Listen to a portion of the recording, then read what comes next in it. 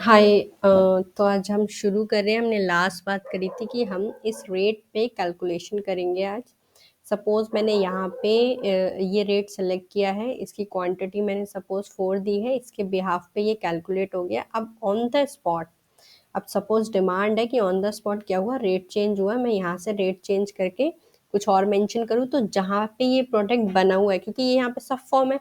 अब मैंने जहाँ प्रोडक्ट बनाया हुआ है, मैं दिखाती हूँ। मैंने प्रोडक्ट बनाया है यहाँ, तो यहाँ पे इसका रेट चेंज होना चाहिए ऑटोमेटिकली। अब इसके लिए मैंने एक वर्क फ्लो लिखा है। अब वो वर्क फ्लो में क्या है मैं वो यहाँ पे एक्सप्लेन करूँगी। पहले तो मैं इसकी कैलकुलेशन भी आपको एक्सप्लेन कर दूंगी वन बाय वन कि हम कैलकुलेशन कैसे कराते हैं। मल्टीप्लाई अमाउंट में क्वांटिटी इनटू जो हम रेट करते हैं वो अमाउंट में कैसे एंटर करते हैं, वो भी मैं बता देती हूँ यहाँ पे। अब सपोज मेरे को कैलकुलेट करना है। अभी पहले हम इस पे देख लेते हैं कि अभी हम क्वांटिटी पे, सपोज मैंने क्वांटिटी जैसे ही एंटर करती हूँ उसके बाद क्या हो, मेरा अमाउंट चेंज हो जाए। जैसे कि हम यहाँ पे करते हैं, न्यू एफ जी किया मैंने। मैंने यहाँ से इसको सेलेक्ट किया, उसके बाद मैंने ये रेट पॉपुलेट करा लिया, ऑटो पॉपुलेट हुआ है।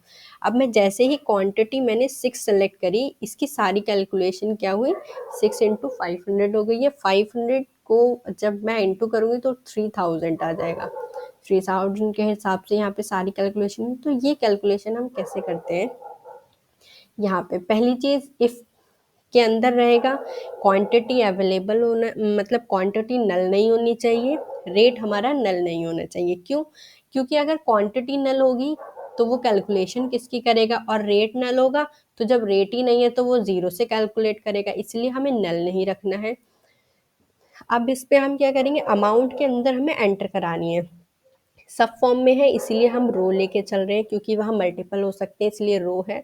अमाउंट के अंदर हमें वैल्यू एंटर करानी है, तो रेट इनटू क्वांटिटी कराया है। इफ नल हम इसलिए लगाते हैं ताकि कैलकुलेशन में कोई मिस्टेक ना हो। तो रेट इनटू क्वांटिटी हो जाएगा, एल्स में क्या होगा, अमाउंट नल हो जाएगा। अगर ये कंडीशन नहीं है तो अमाउंट हमारा नल रहेगा। फिर मैंने क्या किया है, ये तो मेरी एक कंडीशन एक के लिए हो गई। फिर मैंने एक वेरिएबल बनाया है टोटल, जिसको 0 से इनिशलाइज किया है। फिर मैंने फॉर ईच लूप लगाया है। आर ओ मैंने एक वेरिएबल सेट किया है, और रॉ मटेरियल मेरा एक सब फॉर्म है जिसमें मैं इनपुट करा रही हूँ। ठीक है, सब फॉर्म मेरा ये न्यू वाला सब फॉर्म है जिसमें एंटर करा रही हूँ। एंटर उसमें क्या करा रही हूँ, जो मेरा टोटल अमाउंट है, सपोज वो 0 है, अब उसमें अमाउंट और आ गया तो वो वाला अमाउंट और टोटल अमाउंट ऐड होके टोटल में आ जाएगा। टी ओ टी मैंने एक वेरिएबल सेट किया हुआ है। अमाउंट मेरा कौन सा है, जो अमाउंट ये वाला आ रहा है। डन। उसके बाद इनपुट मैंने ये वाली वैल्यू क्या टोटल अमाउंट में एंटर करवा ली। टोटल अमाउंट मेरा कौन सा है, ये वाला। इसकी इसकी मल्टीप्लाई हुई, मेरे पास अमाउंट आया। अमाउंट आने के बाद मेरे को क्या करना है, वो टोटल में इंटू करवाना है। अब टोटल में इंटू करवाना है, सपोज मैंने एक और रो ऐड कर दी। एक और रो ऐड करके मैंने एक प्रोडक्ट और ऐड किया, यहाँ पे मैंने 4 दे दिया। अब ये टोटल क्यों बढ़ गया, क्योंकि ये वाला टीओटी और ये वाला टीओटी ऐड होके नए वाले टोटल में आ गया। हमने यहाँ पे यही किया है, पुराना वाला टीओटी और नया वाला अमाउंट टोटल होके मेरा टोटल अमाउंट में आ गया है। यहाँ तक क्लियर है। इफ अब TOT not equals to null होना चाहिए। अगर मेरे को आगे की कैलकुलेशन करानी है तो ये नल नहीं होना चाहिए, इसमें वैल्यू होनी चाहिए। अब जब इसमें वैल्यू होगी तो टीओटी में 0.02% इंटू होगा तो मेरा वेस्ट कैलकुलेट हो जाएगा। इनपुट करा रहे हैं हम इसमें, ठीक है। वेस्ट मेरा ये है जिसमें मैं कैलकुलेट करा रही हूँ। तो इससे 0.02 से मल्टीप्लाई कराएंगे तो ये कैलकुलेट हो जाएगा, 0.03 से करवाएंगे तो ये कैलकुलेट हो जाएगा। और टोटल कॉस्ट निकालनी है तो टोटल अमाउंट प्लस दिस और प्लस टेस्टिंग, तो मेरा टोटल कॉस्ट क्रिएट हो जाएगा।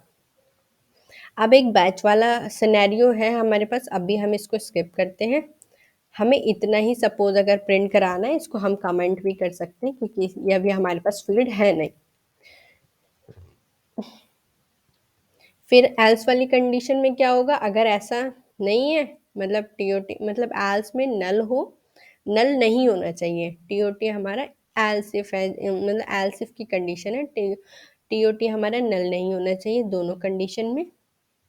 एल्स में भी हमने वही सेम करवाया है, क्यों? क्योंकि जो भी वैल्यू होगी वो उतने के हिसाब से यहाँ पे कैलकुलेट करके दे देगी। जीरो है तो जीरो के अकॉर्डिंगली कैलकुलेट करेगी, ज़्यादा है तो उसके अकॉर्डिंगली कैलकुलेट करेगी। तो ये तो हमारी बेसिक कैलकुलेशन है जो उन्हें रिक्वायरमेंट थी। अभी हमारी मेन कैलकुलेशन आती है कि हम रेट चेंज कर रहे हैं यहाँ पे।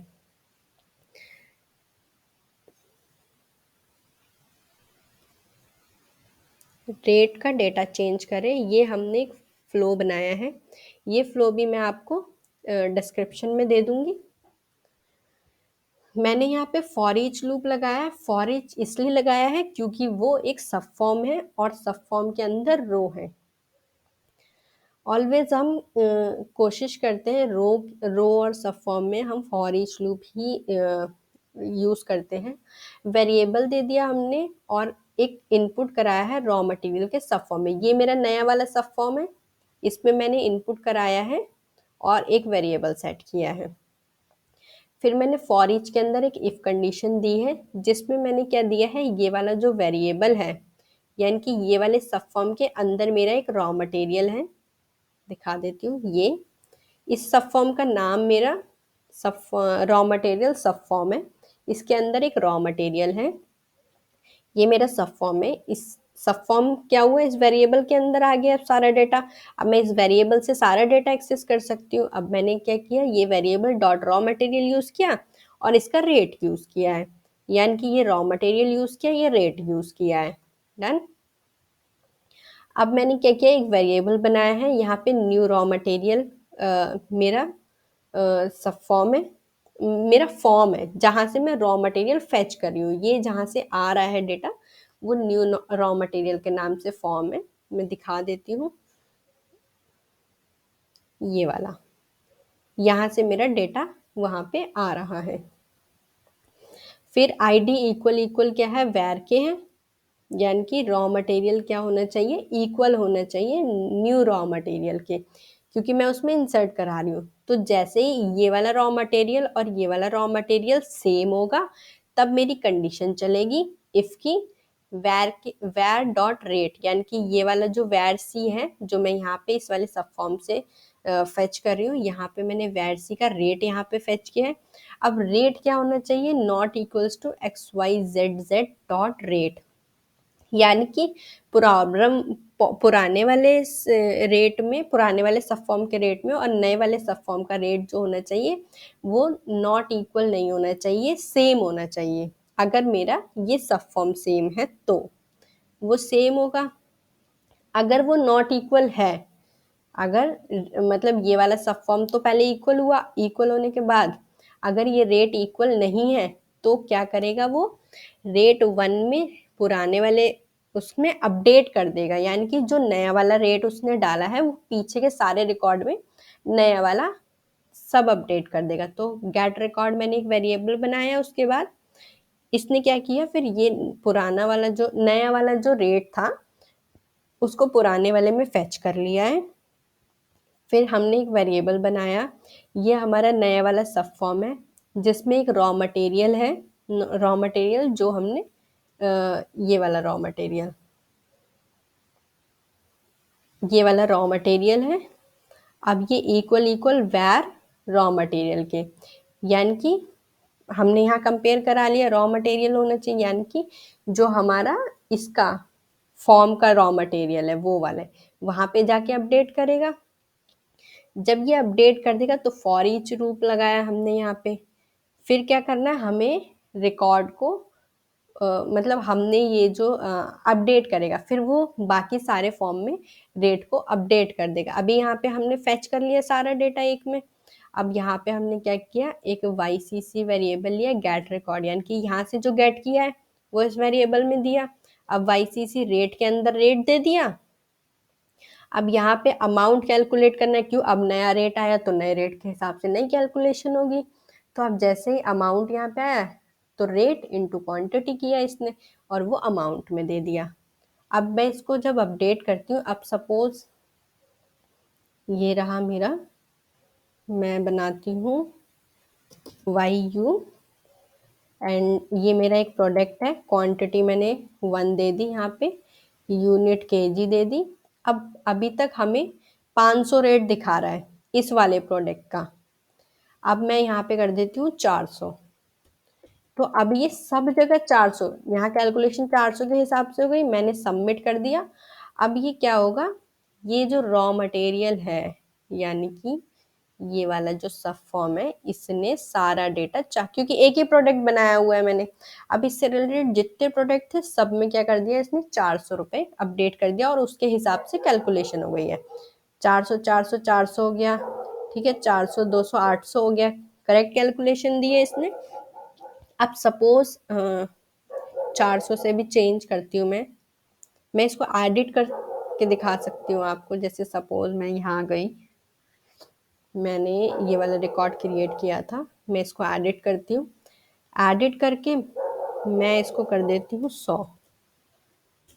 अब ये 100 के हिसाब से सारे प्रोडक्ट अपडेट कर देगा 100 के हिसाब से। हमें कहीं कैलकुलेशन नहीं करनी है, कहीं कुछ नहीं करना है। 100 दिया था, यहाँ पे 100 के हिसाब से सारे प्रोडक्ट।